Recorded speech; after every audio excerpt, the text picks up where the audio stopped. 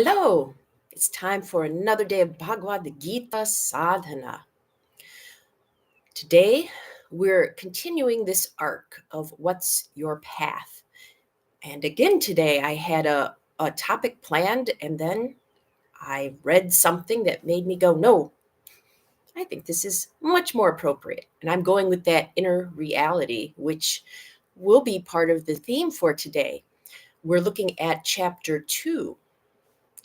There we go. I went on this side, 2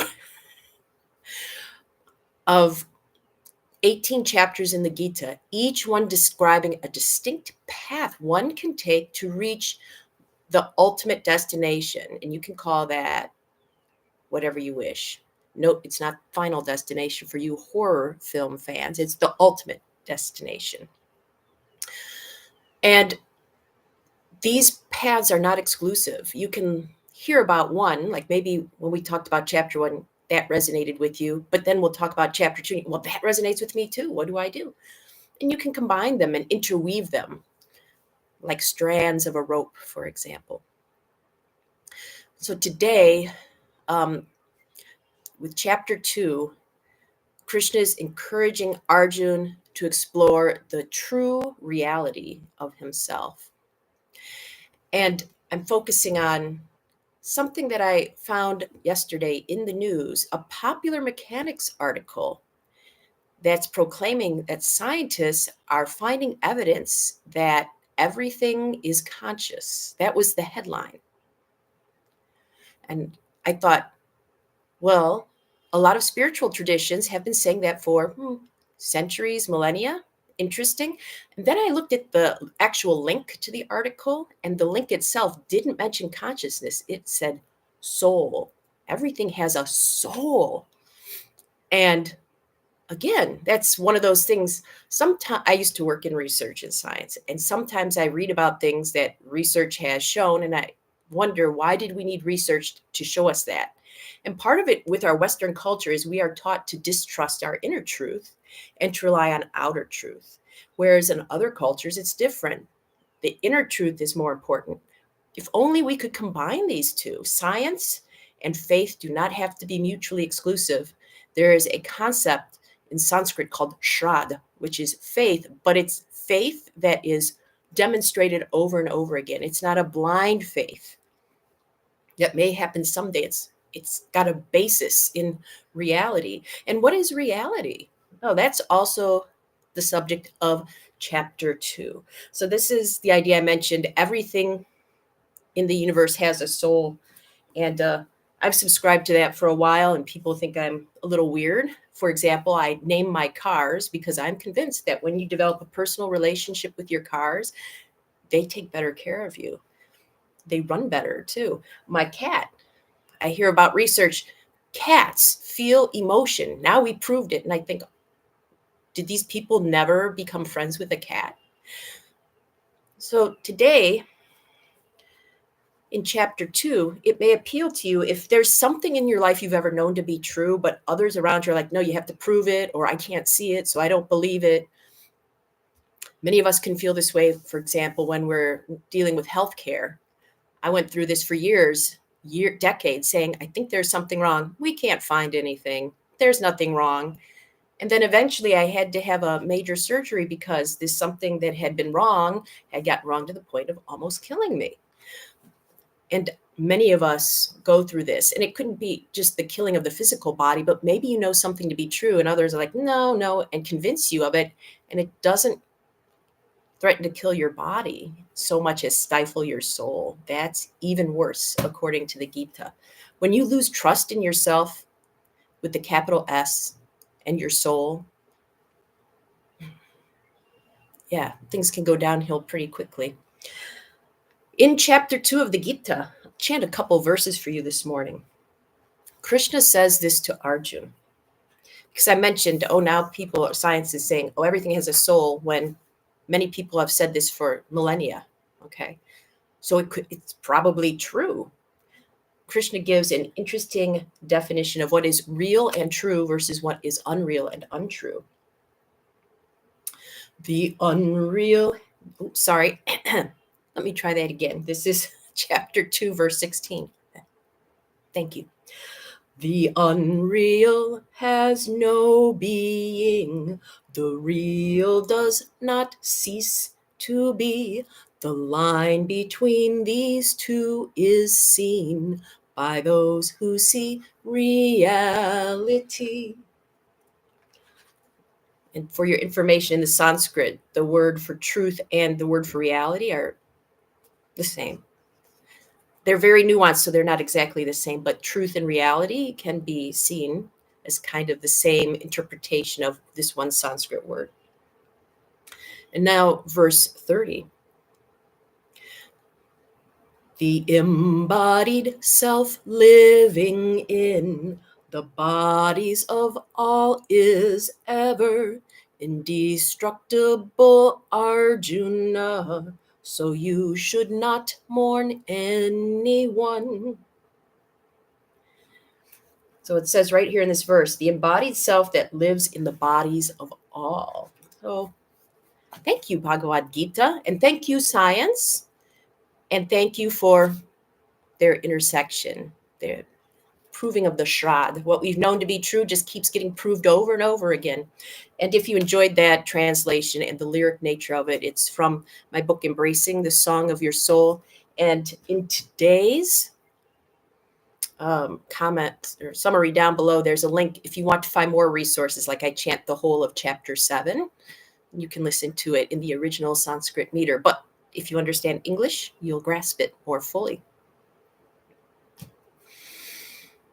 So today I'm going to invite you to contemplate something that you know to be true. And maybe others say it's not or prove it. Maybe just rest in the truth, what you know to be real. The truth and reality will prove itself, right? We don't have to make too much effort. Just be with it. I'm being with the truth that it's really cold outside. I can't take the camera with me, and that the cat will try to escape.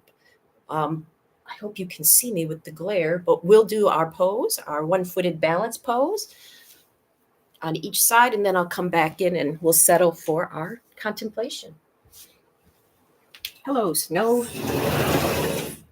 Snow has a soul. Ooh. Ooh, it's a cool soul.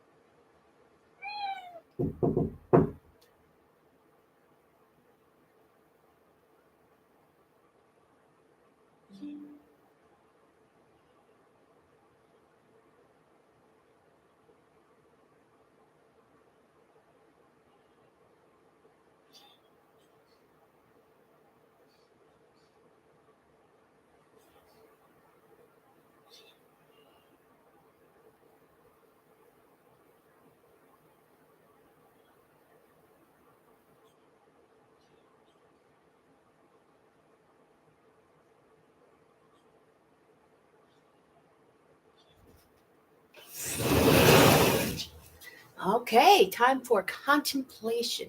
Something you know is true, despite perhaps a lack of external proof or belief from others. See you in 5.